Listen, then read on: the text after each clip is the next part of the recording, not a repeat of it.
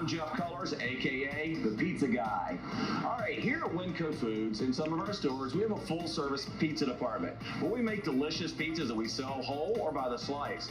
But you too can make great tasting pizzas at home. I've been asked by many customers, hey, how do I make pizza at home? So we're going to walk you through those steps of how to do it today.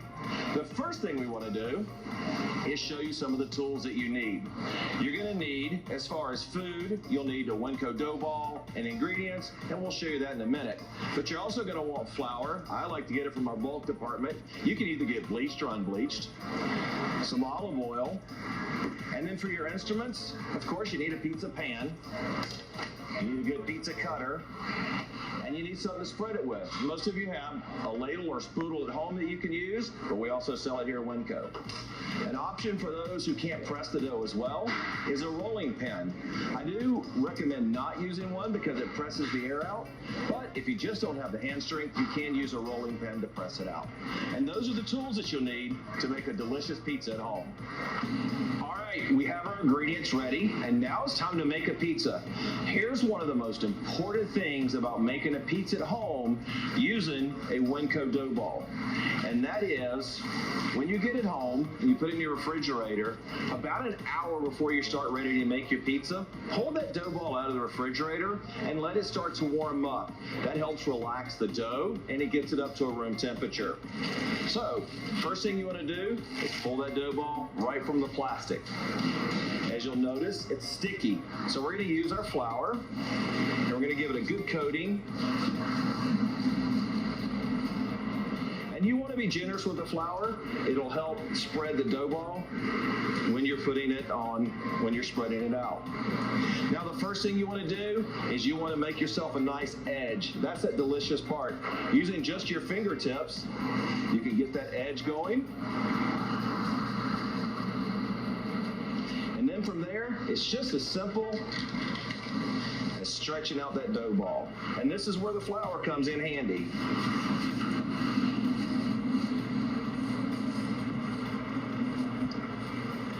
Again, if you don't have the hand strength to do this, you can use the rolling pin.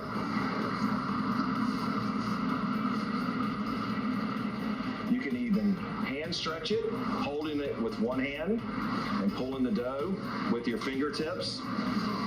Any method that you want to use is perfectly acceptable to get that dough ball stretched out.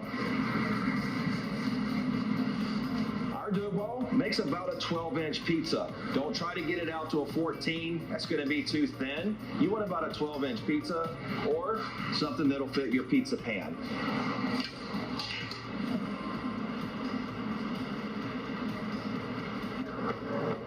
Spin it in the air, but you will get flour all over you. Don't worry if it's not perfectly round, that's okay. All right, the next thing we want to do is get our dough onto our pan. All right, so we're going to use our olive oil, and we're going to put just a light coat of olive oil on the pan and spread that around. This just helps keep the dough ball from sticking to the pan, and it'll make it much easier to pull that off when you're done. You take your pizza dough and just put it right in that pan. And as you can see, it fills it up right nice. All right, the first thing we need, of course, is our delicious Winco pizza sauce.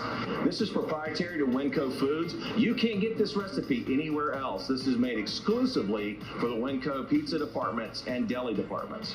So, one sauce is about 10 ounces. Just put that right in the middle.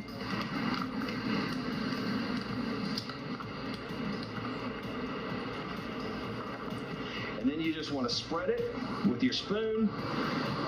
And if you don't want to use all of it, if you don't like a lot of sauce, you don't have to do heavy sauce. If you like a little bit extra sauce like I do, nice and saucy. Now, the cheese. Gotta have cheese on pizza, right? Now you just take your cheese, spread it around.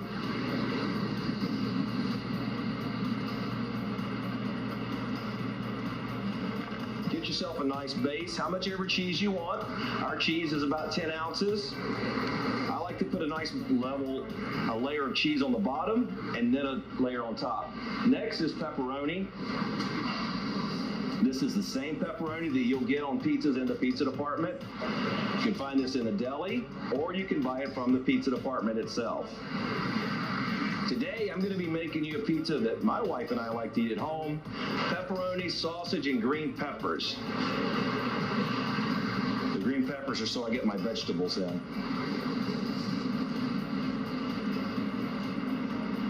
All right, now the sausage.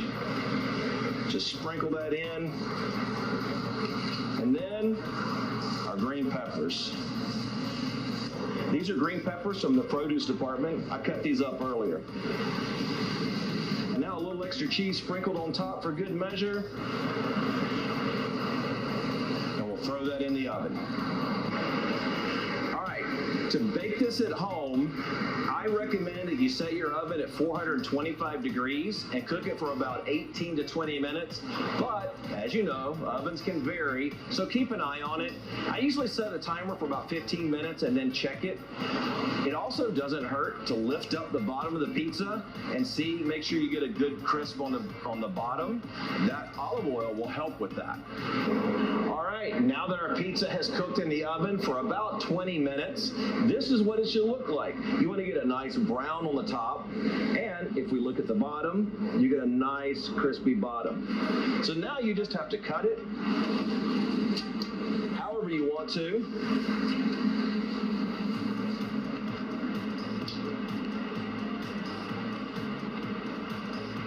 Look at all that delicious sauce.